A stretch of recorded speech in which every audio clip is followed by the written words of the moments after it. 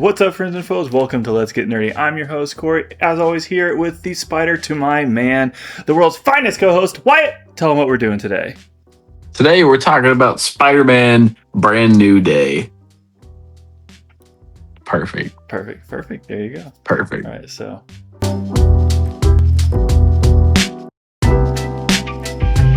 That's right, we are getting into the brand new Spider-Man movie, Spider-Man Brand New Day, as Wyatt just said. And since this is such a new and fresh movie, we're going to go ahead and do non-spoiler thoughts first. And I figured, Wyatt, I'll let you kick it off, because I got some things, non-spoiler things to say. Okay. So go first. Okay. I guess non-spoiler thoughts. First of all, go see it. It's fantastic. It's amazing. Pun intended, of course. It should be seen on a big screen. I think it's maybe early to say this, but I feel like it's my favorite of all of the Spider-Man movies thus far. I really, really, really liked it, and I almost went and saw it again yesterday, but I just didn't end up doing it. But yeah, no, I think it's fantastic. It's worth seeing on the big screen. It looks fantastic. It's funny. It's everything I wanted it to be. I mean, there was a couple things that it would have been cool to see. But nothing it's not disappointing in any way. Those couple things not being in there, it doesn't take away from the film. Just would have been cool additions. I thought they did a really good job with it. All the performances are great. I just think it's a solid 10 out of 10 for me. So awesome! Wow, 10 out of 10. That's high praise. Yeah, yeah. So you mentioned an interesting thing there, Wyatt, saying that you saw it on the big screen, and correct me wrong, did you say see it on the biggest screen? Did you say something along those lines? Well, I'll just see it on the big screen, meaning just in the theater. Yeah, because I got a fucking bone to pick with somebody before we get too far into it. Okay. You got this motherfucker. So Wyatt, what kind of screen did we see this on? Just a standard theater screen. Yeah. Fat fucking cats like Christopher Nolan with his stupid fucking all-time great movie, probably the best movie in his career, taking up every single fucking IMAX screen in existence. We had to see Spider-Man on a fucking small little fucking phone. We watched it on someone's phone in a parking lot. It might as well have been, all right? You have this fat cat, Christopher Nolan, trying to dig in the pockets of little fucking independent film companies like Disney, Kevin Feige, he lives because of Christopher Nolan, lives in a double wide trailer with a fucking above the ground pool for his 6 kids. You know what? Yeah, but look what they pulled off with that. Yeah, but hold on. If people don't already know, we already have one fucking enemy on this channel. And so Christopher Nolan, you have joined a very short list of fucking Keith David, Christopher Nolan, the fucking Let's Get Nerdy enemies. This is a joke, but we're coming after you. But I didn't know we had such disdain for Christopher Nolan until just now, but okay. Yes, it's him, Keith David, apart from being in this movie. You were both on our list. Yeah, dog. That motherfucker's in this movie I don't know, it's all 2 minutes, maybe. Spoiler alert, Keith David is in this movie. He plays Spider-Man now. No, but so other than that, I getting back on the serious note, in terms of our non-spoiler thoughts of Spider-Man Brand New Day, I had a hell of a time with this movie. Something that really impressed me is this is Tom Holland's. He's now in 10 years of playing Peter and playing Spider-Man. And what really impressed me is actually the writing in this movie, where if you go back to those Homecoming, Far From Home, and No Way Home, which if you've seen our video about them, we really like those movies. However, because of the nature of them being in high school and being high schoolers, there's a level of adolescence that there is in the writing, just on the basis of the issues they're dealing with. However, I think this one impressively, like, they mature the writing to the stage of life that they're in without sacrificing the fun of a Spider-Man movie. Does that make That's sense what I'm saying? yeah, that's a great way to put Like, that.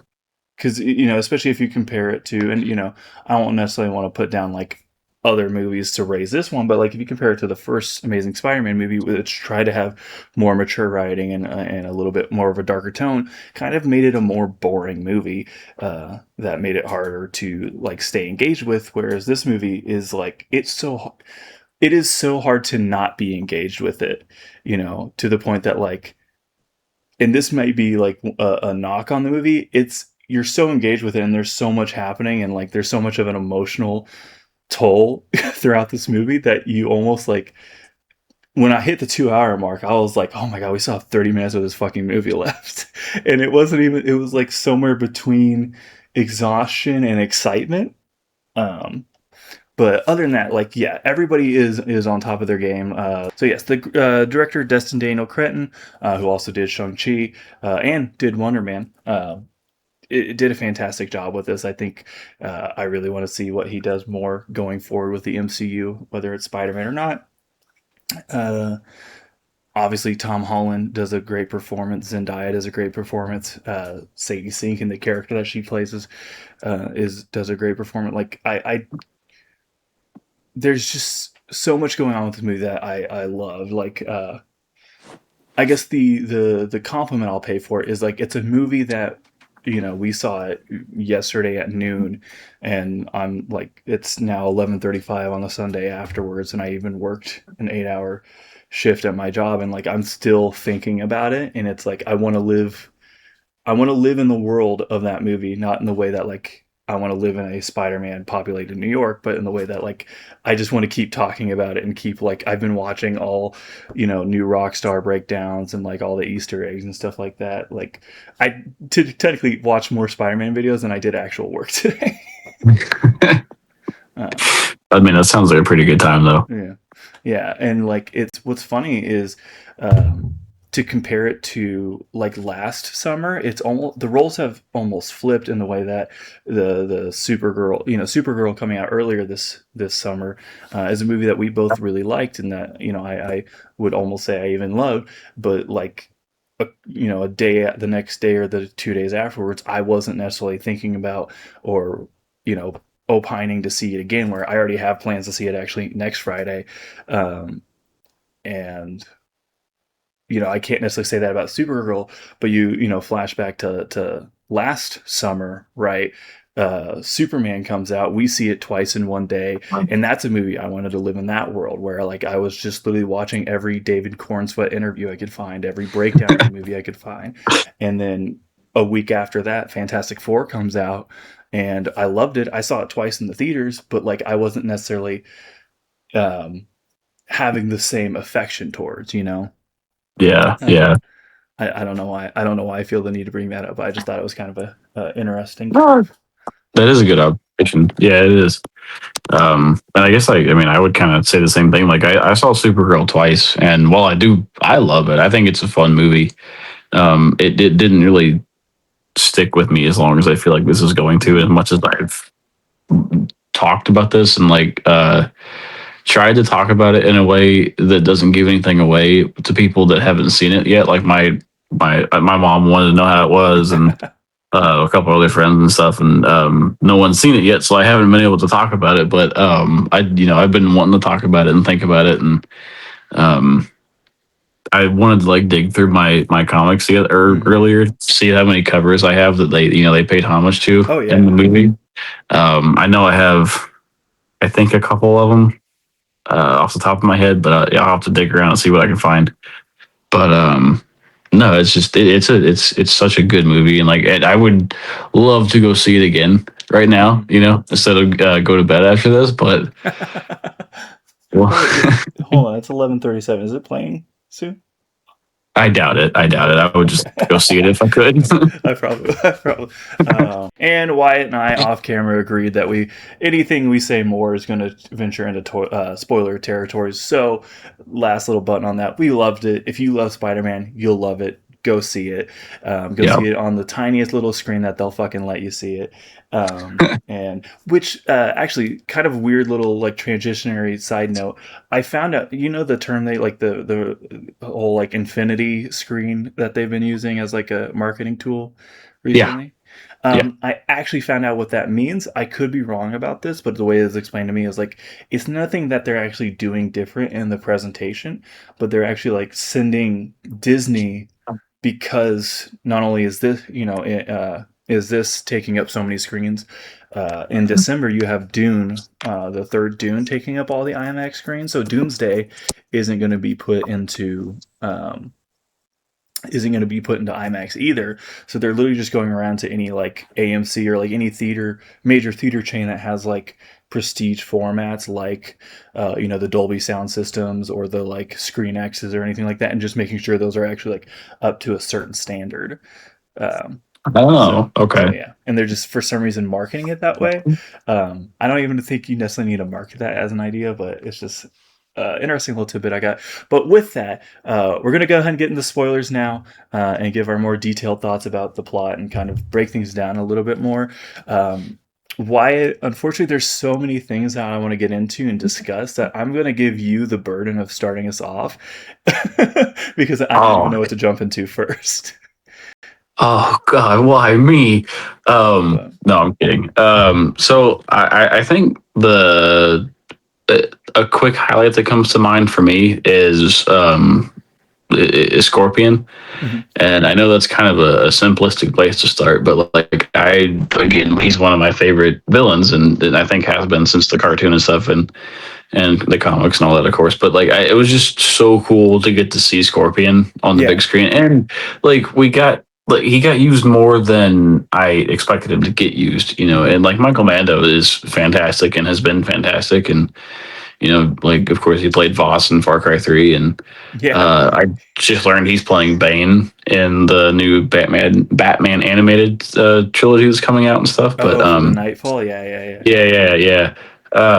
But just getting to see Scorpion, and like it looked good. Like it was a fun portrayal of Scorpion and stuff. And then um, just the villains that we got to see. I guess that's one thing that I wish there was more of those side characters, those side villains that like Tombstone and Tarantula and stuff like that. But it's cool that we have at least seen them, and they really kind of delved into the idea that his rogues gallery is quite a bit bigger now. So that's Yeah, pretty cool. But I would actually argue, like, I actually think they were used, so like in my opinion, like Scorpion, uh they were all like that whole first collection of him, like that opening Tarantula, Boomerang, yeah, what's the dude yeah, who ran his head in the wall, and then in Tombstone, I think they were like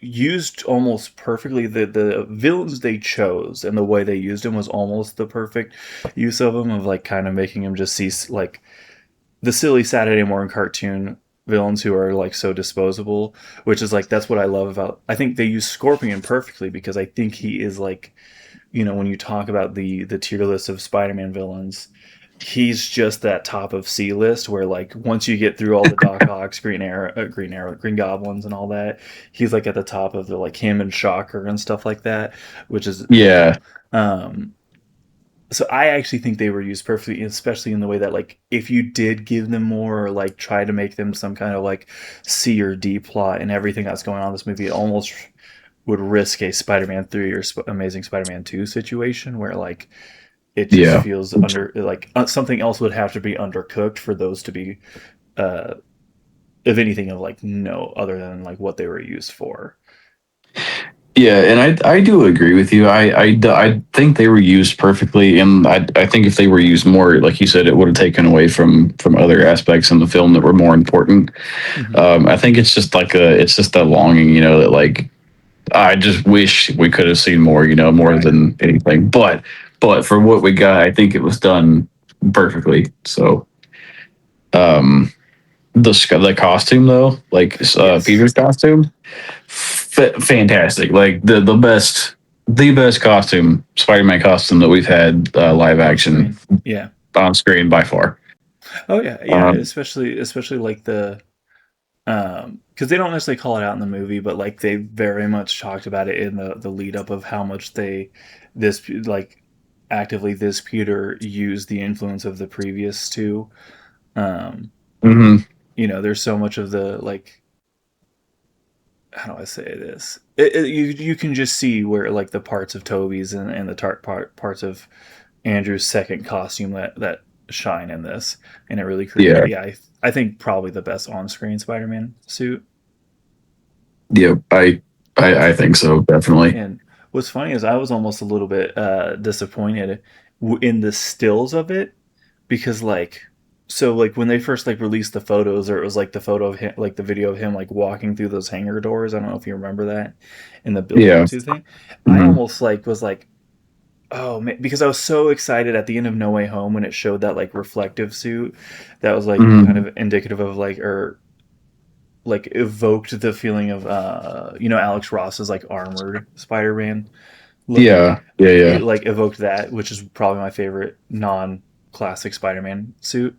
Um, and so when I saw that this was like what they were going with, I was a little bit like, oh man, I wanted to see that shiny blue. But like that's what's impressive with the coloring of this movie is I feel like they really did have like, I don't know, like when there were reflective moments, and literally in terms of the lighting, that it did kind of give that sheeny blue, and it like yeah, on screen it works better than especially anything that Tom's worn so far. Where I think in our last video we talked about where the suits have been like kind of, there's always something about his suits that just didn't, like, man, if they just tweaked this a little bit, this would have almost be the perfect Spider-Man suit, and they did Yeah. that, and it's this. It is. It's perfect. And I think like the movie has a little bit of a darker like tone visually to it. I mean it's a I guess like substance wise too, but like visually it is a little bit darker of a film. So like his suit really I think stands out even more so. Um, but speaking of darker things, Frank is fantastic in this movie. Yes. Um, I couldn't get enough of Frank when he was on screen. Uh, it's just so good, and like I think they have like Tom and John have such good chemistry together Yeah. when they're on screen, and that just I could have had a whole movie of just them being like in a buddy cop situation. Oh yeah. And I guess to kind of to tag on to that and talking about other characters and stuff, like I think Hulk was used the perfect amount too. Yes. Yes, I agree. I know I'm really jumping around just focusing on characters, Yeah. but yeah, I think like that could have felt really out of place and shoehorned unnecessarily, but I feel like it was used really well, and the spectacle of it was great. It's nice to feel like we had a raging Hulk again, and not like Professor Hulk for the fourth time or whatever, which we did kind of get briefly, but it's nice to see Hulk on a rampage again. It's not Red Hulk. And I think, and this can kind of lead into that part of the conversation, I actually think the way they leave him off of like, I almost wonder if there's not a chance of going back to Professor Hulk, because like he talked about the barrier that he had put up to like become Professor Hulk was taken down. And I almost wonder if like it's one of those, going into, if we're going into like Hulk comics, if we're talking about like Immortal Hulk, where it speaks about the Hulk as a separate personality, where once that barrier is down, Hulk has now overcome it and like knows how to not let that barrier become a thing. Yeah, but that would be an interesting thing. I really hope from that, like my wish from that, and I don't think it's going to happen. My wish from that is they use it to set up like the Hulk's next story, and like actually maybe like potentially a Hulk movie of just his own, of whatever comes next.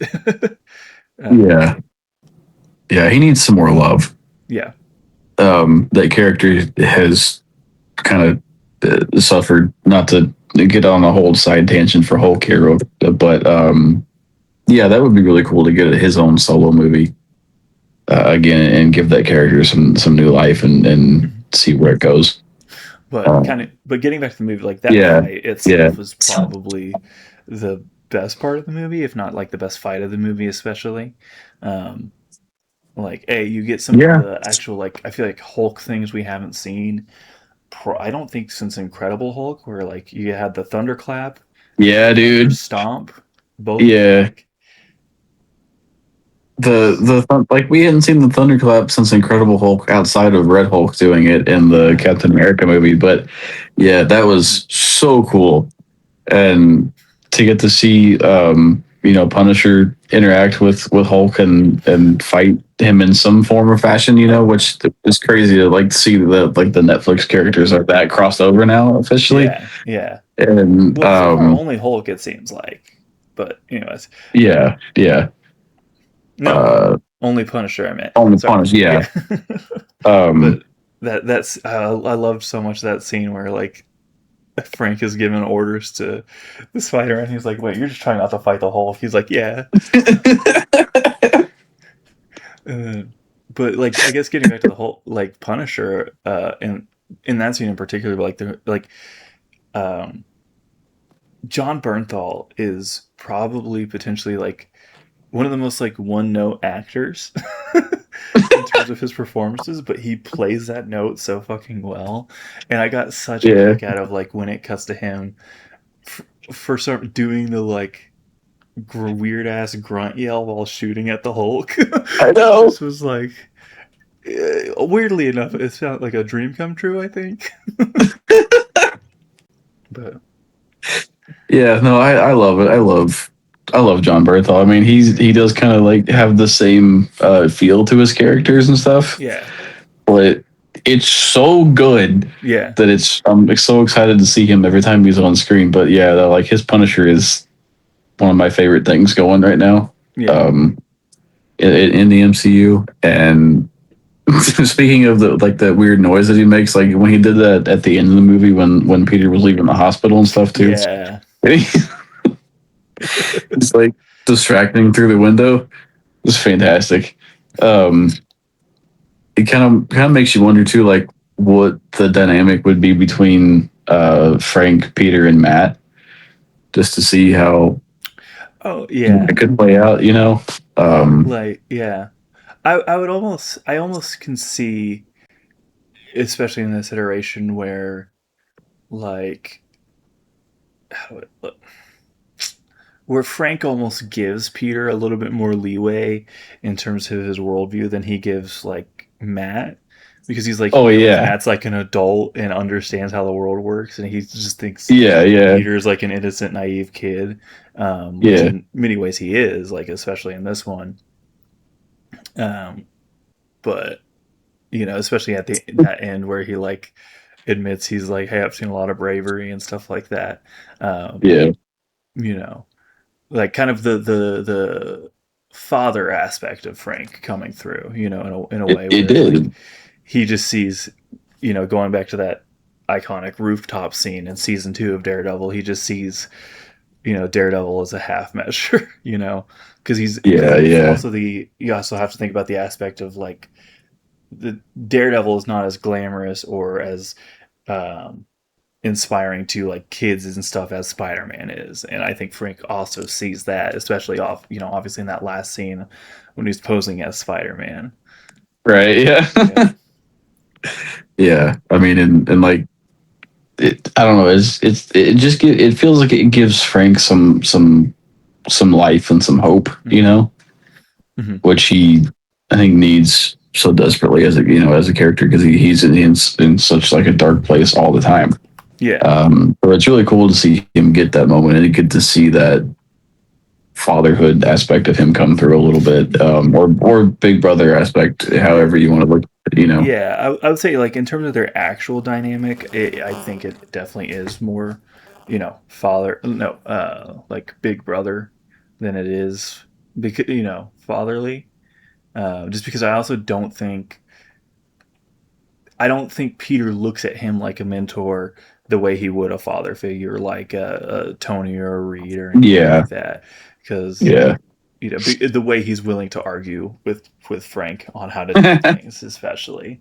That's true. That's a good point. Yeah.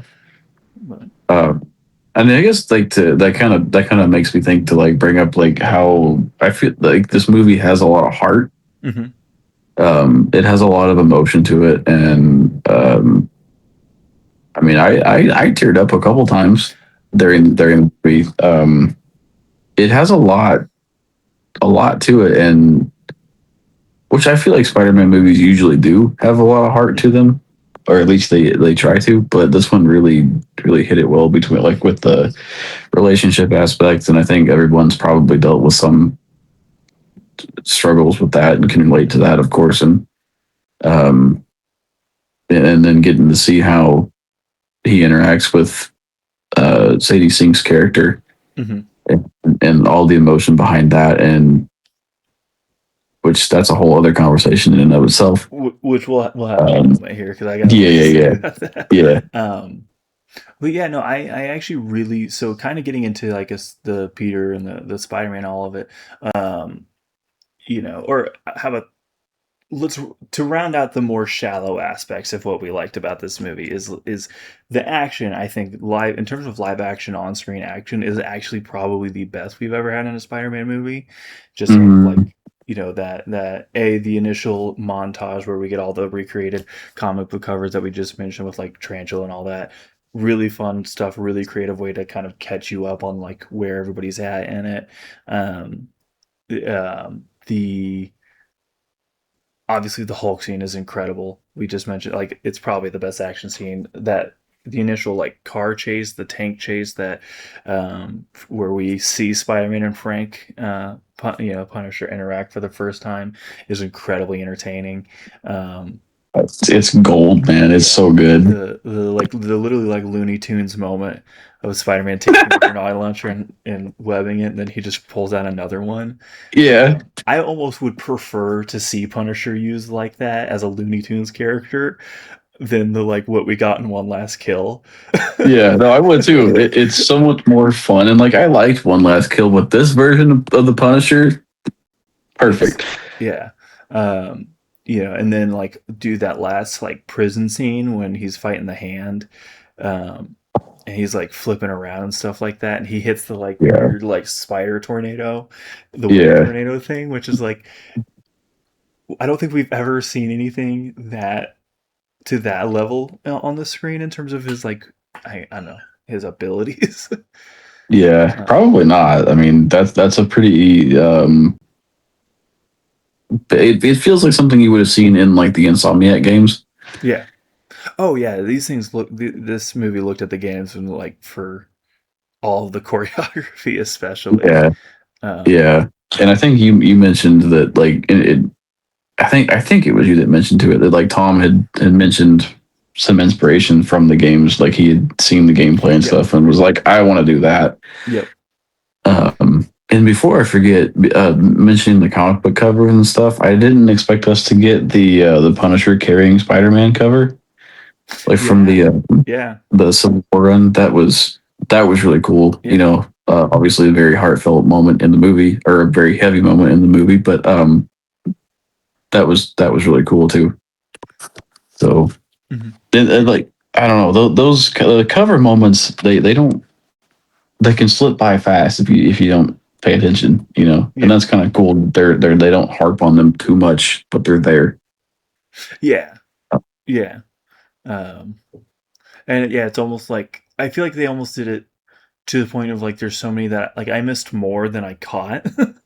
um, you know, especially as we got later into the movie. The Yeah, other thing I want to praise is like the humor, because like you know, kind of the stereotype is the MCU kind of having like not like just not that funny of jokes, and you know, I really like personally I like the MCU humor. I'm easy to get to laugh, so you know. yeah, same, Um, same. But that being said, I know a lot of people like I think they lessened it a lot more like a lot more than they did for like previous, you know, the like you could argue like Homecoming and Far From Home are more comedies than they are like action movies, especially. But like this one, I think I can only think of like a couple jokes that felt like they came out of an MCU or like writing room. And even then, I still laughed like the stretching joke before he broke into the damage control base. Yeah, Yeah, it was like I even I love those. that. Yeah, or pretty much anything Yelena said in her cameo, which was a really fun Yeah, cameo. it was so fun. That was so cool and so unexpected because I mean I had no idea that she was going to be in this at all. Hmm. But I'm so happy that she was. That was great. I like I would like to see more of their interactions and see how that plays out. Yeah, yeah. Uh, I do have one mentioning her in the new Avengers and stuff. There's one thing that kind of bothers me is like you never ever see Avengers Tower in the skyline of New York City in this movie. yeah, yeah. They messed that up. Yeah, that really bothers me. And Yeah. I could kind of see like why they wouldn't show it maybe in Daredevil or something and like in like the Born Again show, but like This is like why? for sure a part of that like Yeah, universe. Yeah, so yeah, it should be there. That was like a pretty easy oversight there. yeah. I mean, I'm sure it's maybe expensive to like fit it into the shot and then have to maintain that throughout the entire film. But Hmm. come on, guys. But that then makes me think too. All the web swinging and stuff in this movie, and like how there's some That's yeah. I was like just about to get into that. Yeah, so fucking it's cool, dude. it's That, what's really funny to like not to interrupt you, but no, um, you're fine. uh, there was an interview I think somewhat recently with between No Way Home and then this coming out where the previous director John Watts had mentioned something about like oh he wouldn't even waste the time anymore to do like practical web swinging like there's like oh it would just kind of like be look boring on screen or something like that and they actually did like have a swinging contraption set up when they filmed like the street level stuff Right. and like you that's what like to me that's actually what looks best about it in this movie compared to the last few Tom Holland movies is like there you can feel the weight of every swing like you could even feel them like like momentum shift and stuff like that um Hmm. and that yeah so that's kind of the last like shallow ish thing that I wanted to bring up of like just that the swinging looks probably better than it's ever been in this one Oh yeah, yeah, definitely. like it's especially that like towards the beginning the shot of him sitting upside down and doing like the diving into the city and stuff like that Hmm. mirroring the Amazing Spider-Man 2 opening Yep, scene. yep. And you get some of those like first person perspective shots and Yep. stuff, and Yep. it's so good. Yep. It invokes that like excitement and like just awesomeness that is Spider-Man. Hmm. I can't say enough good things about that. They just did such a good job with that, and I'm so happy that they did. And I remember in the last video talking about wishing there was more swinging, and Yeah. more of that. Just getting to see that and stuff, and now we got it. So I feel happy about that. So Oh yeah, like any like that's what I think any complaint that people have had about the previous like Tom Holland Spider-Man um would you say Spider-Mans or Spider-Man for multiple Spider-Man movies? I would probably say Spider-Man. That feels more right, which is so funny. I Yeah. think I just had this conversation yesterday, but I think it was about it doesn't matter. But yeah, this movie I feel like naturally addresses almost everything that everyone's like, oh, we don't get this out of the Marvel Spider-Man movies. Um, Yeah. be it like the Spider-Man being in New York or just like stopping random crimes and stuff like that. I feel like it all addresses it pretty directly, but Yeah. in just a very natural way of just where Peter is.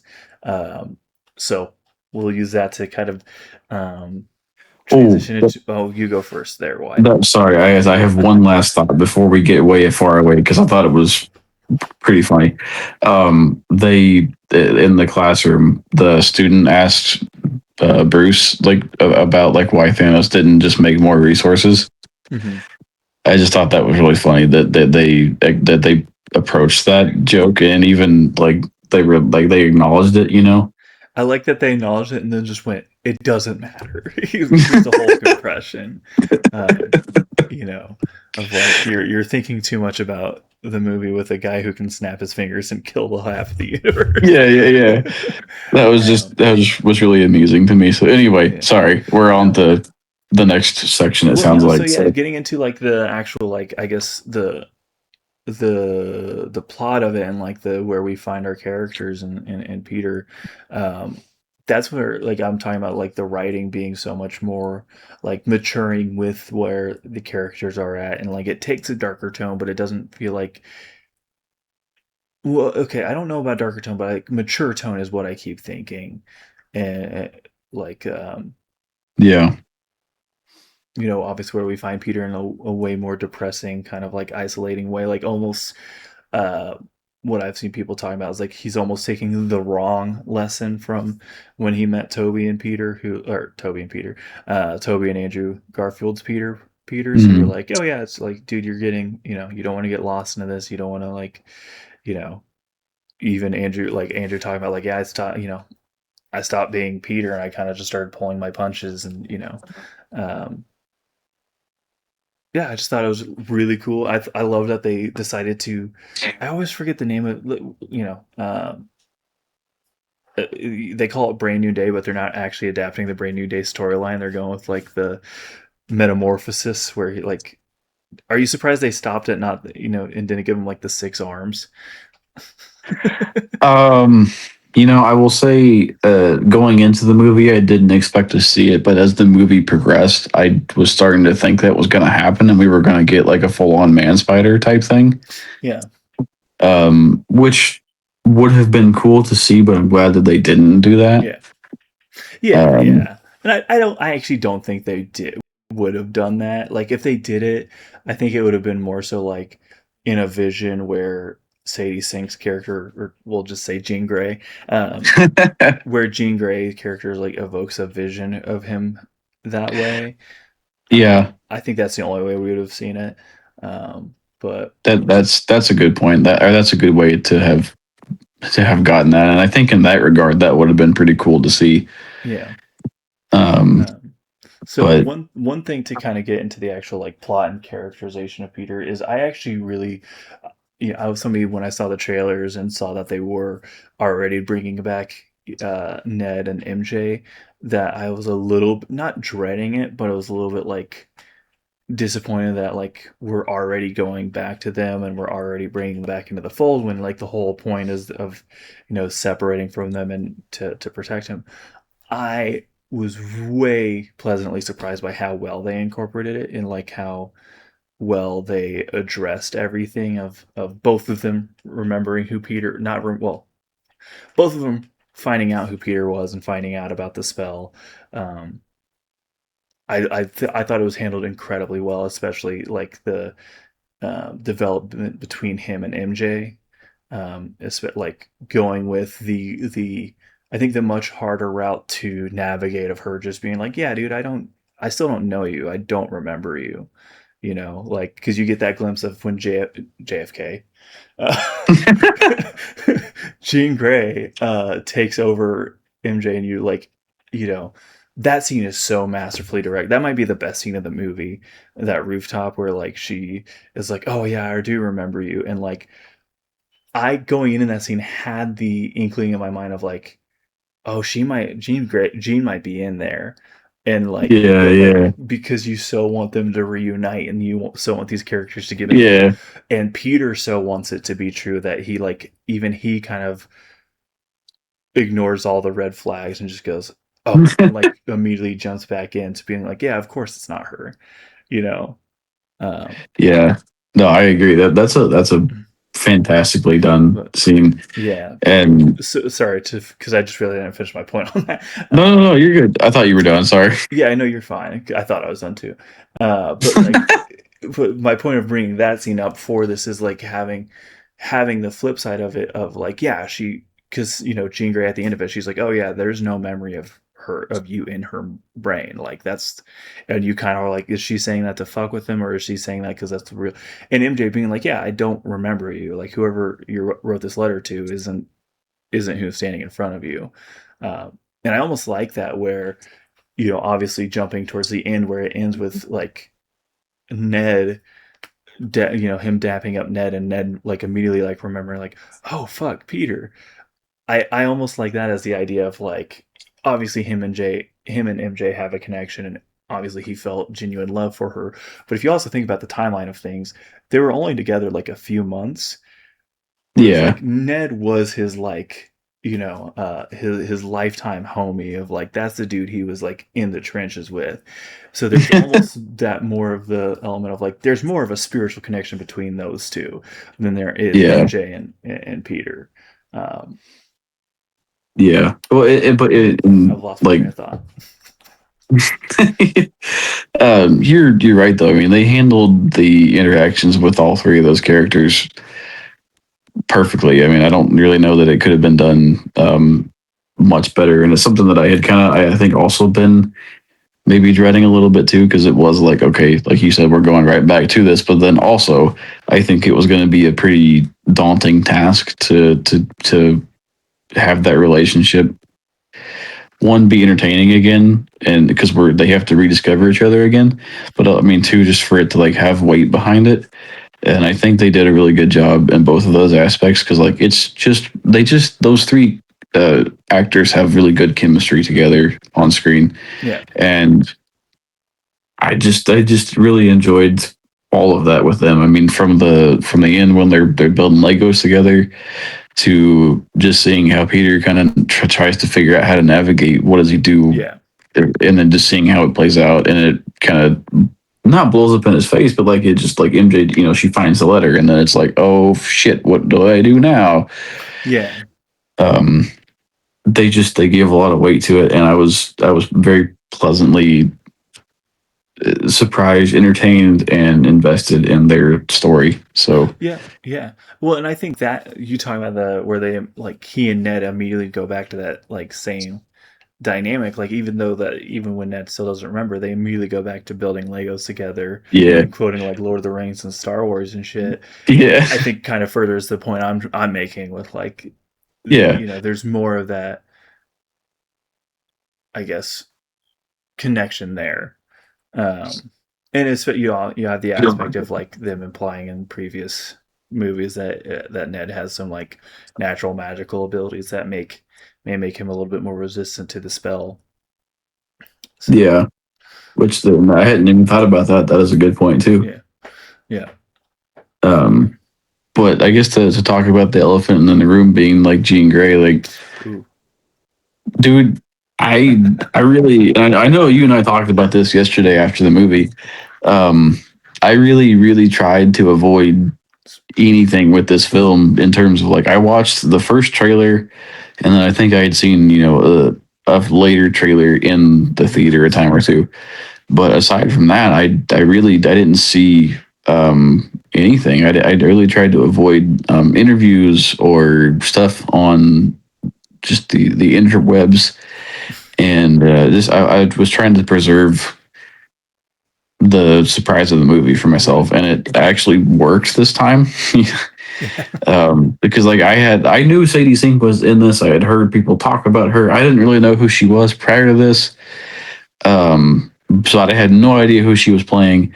So the whole Jean Grey thing was a complete surprise to me, and that was really cool to like, as the movie's progressing and she's jumping through people, and like I was really trying to figure out who the hell that was, because I could not think about who it could have been in the Rogues Gallery.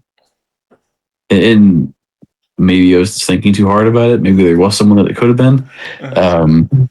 I'm sure there probably was, but I had no fucking idea. And then when somebody either said it or her name pops up on that computer screen and it says Jean Grey, like I had a genuine like, holy shit moment. And that felt like early MCU to me, because it was like when you get little teasers of like, they mentioned Doc Samson at one point or whatever, and that was really cool. But that was really cool. And I was I just think that's awesome, and I'm so excited to see that, and that we're inching ever closer to the X-Men. So Yeah. So yes, that and that's probably the aspect of the movie that not that I'm most excited about. That like yeah. So unfortunately for me, like it was because it was so discussed online. I pretty much knew it was Jean Grey. Like obviously there were other possibilities, but Jean Grey was like the most like they're going to the mutant saga. Like they're doing this, and this. The thing that confirmed for me ahead of time that I was like, okay, it's Jean Grey was somebody had because we saw this on Saturday, so there was a couple days of spoilers that we had to avoid. And the only thing that mhm. officially got spoiled, somebody posted a shot of the credits where they thank all the like contributing creators like Todd McFarlane, Steve Ditko, Stanley, like, um, and they like went down the list. I was like, "Yep, Spider-Man, Spider." And then I saw the names Chris Claremont and John Byrne, and I was like, "Those two guys never worked on a Spider-Man story." That's Jean Grey. That's X-Men. Okay, Yeah, cool. yeah, But with that, I loved how they used her in this. One aspect of hers that they nailed in this that I don't think they've ever done in a previous iteration in terms of the live action is how self-righteous Jean Grey can be to the detriment of others. Of like consisting, if you read X-Men comics, is like Jean Grey constantly is thinking that she is so in the right and that she is the one who she's doing the right thing, that it she's willing to do the most fucked up things for it just naturally. Like a really good example is if you go back to the Grant Morrison and Grant Morrison New X-Men run in the early 2000s. She ends up catching Cyclops and Emma Frost having an affair, and as her reaction to it, she shuts down Emma Frost's mind, which is like objectively what Cyclops and Emma Frost are doing is a terrible thing, but also without their permission, shutting down someone's mind is an equally terrible thing. yeah, And that's very apparent in here of like she's so steadfast on fighting her sister, Sarah Gray, and tracking her down that she's willing to obviously like do unspeakable things of like doing the shit she did to Peter of like making her tricking him into think that it's actually MJ professing his love, or the having the dude step in front of the car to fuck yeah, with Peter, which is like and people, and there's so many people online of like being like, oh, that's a line that you can't cross, that's like this unspeakable thing that you can't really come back from. And it's like, yeah, that's X-Men. Like most of the X-Men have done these awful things that they have somehow managed to redeem. And like Magneto went from a terrorist to a member of the team. yeah. uh, Not even just like a member to the team, but like leading the yeah, team leading the at team. times. Yeah. So And so like I I mean, love that they just nailed that aspect of Jean, especially the like the vindictive side of her. Yeah. yeah, yeah. I'm really excited to see the X-Men stuff, and it was really cool. I don't know. I don't know if they did this on purpose or not, but like her sister's little hair scrunchie thing, it was green and yellow, Yeah. which was really cool. Which yeah, Um, that's that's not an accident. That's they did. There's no way it's they did not. that on I accident. would be surprised if it was an accident. I guess like, um, but I thought she did a great job as Jean, Mm-hmm. and I'm really glad that that's how it ended up being. I guess because like in my mind, because yeah, I'd heard people talk about City Sink and seeing some pictures of her and stuff. Like I guess I was afraid they were gonna like try to redo MJ in a sense, Yeah, because she is a redhead. So I was like, are they just gonna like circumnavigate and make a new MJ? yeah, And I'm glad that's not what happened.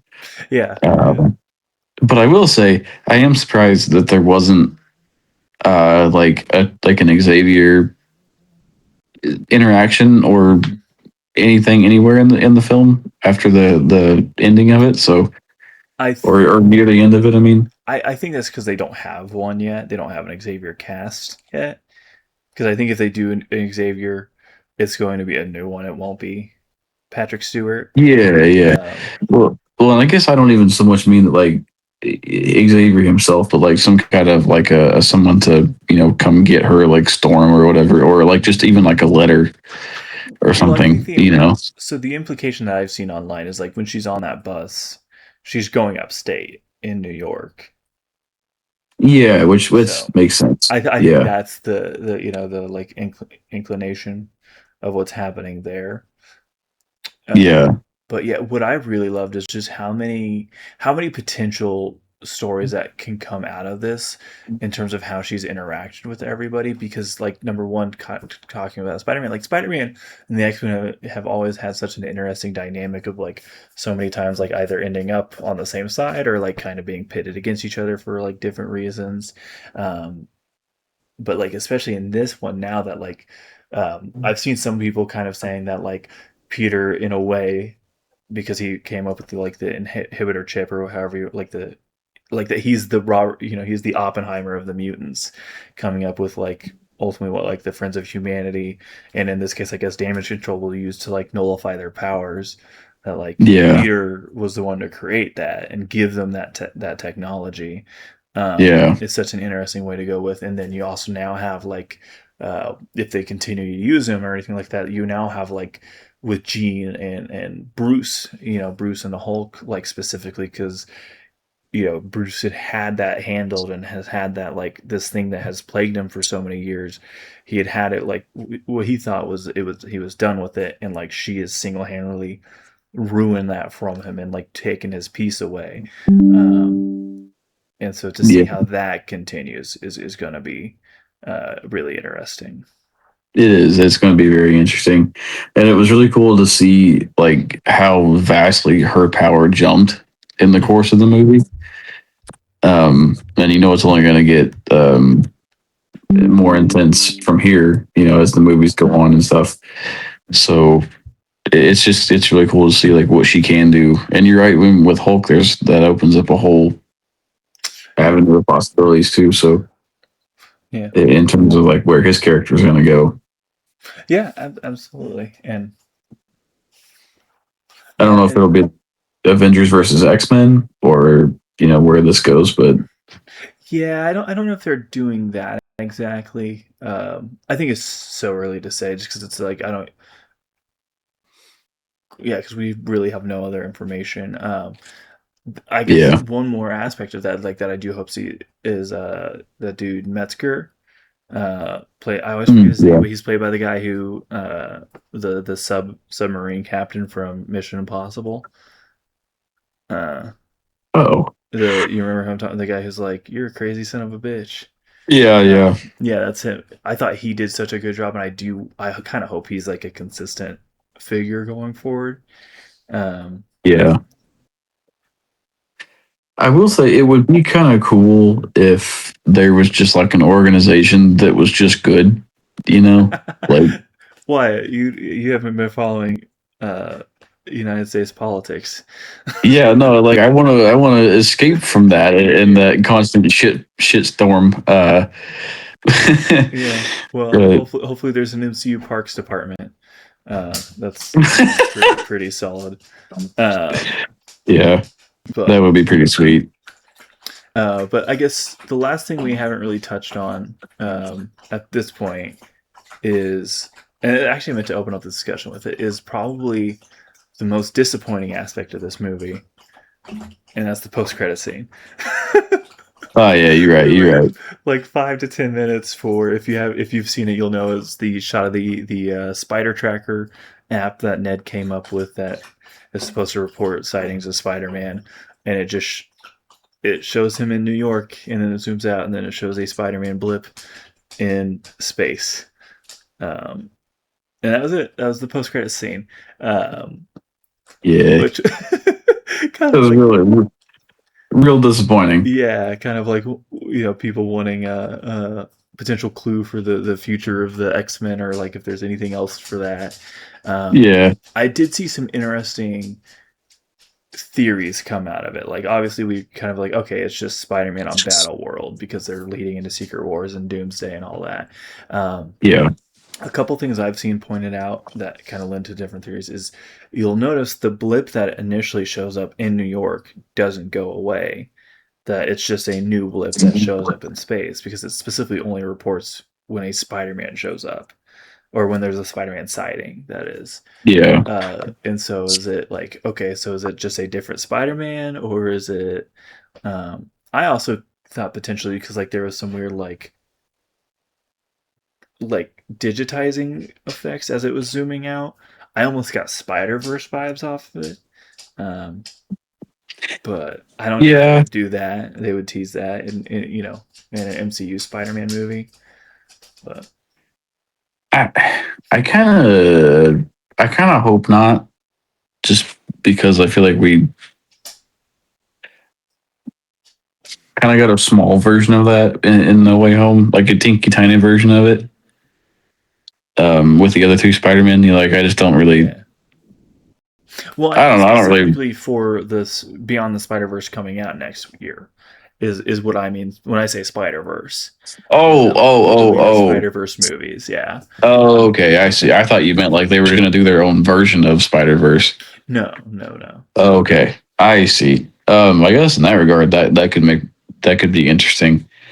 But I just don't think they would tease that in a live action movie.